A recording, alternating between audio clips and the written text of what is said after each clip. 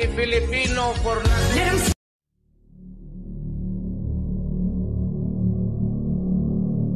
Kung susuriin natin ng mas malalim ang I'm not a Filipino for nothing gamit ang esoteric, occult, at psychological approaches, maaaring lumabas ang mas profound na hidden meaning na naugnay sa kanyang pamamahala, mga kontrobersya, at ang mas malaking geopolitical forces na maaaring kumokontrol sa kanya. Isa.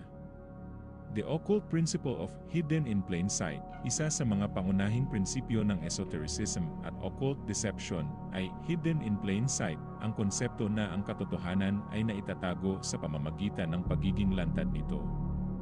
Sa simpleng salita, ang phrase ni Duterte ay maaaring isang self-referential sigil, isang paraan ng pagbibigay ng misdirection upang ilihis ang atensyon mula sa tunay niyang agenda.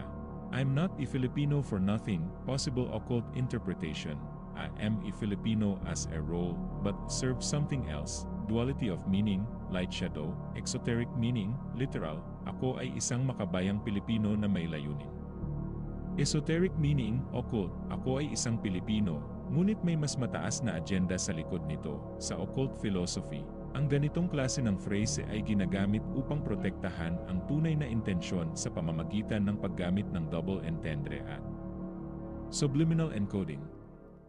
The ritualistic nature of propaganda sigil crafting, sa chaos magic at occult propaganda, isang teknik ang paggamit ng powerful phrases upang lumikha ng isang sigil of influence. Kung gagamitin natin ito sa war on drugs, maaaring ang phrase na ito ay, una, a word sigil for mass control, ikalawa, a psychological buffer against criticism, ikatlo, a mask for hidden agenda, the formula of deception in occult politics, fear-based control, the war on drugs. Ang takot ay isang pangunahing elemento ng manipulative governance.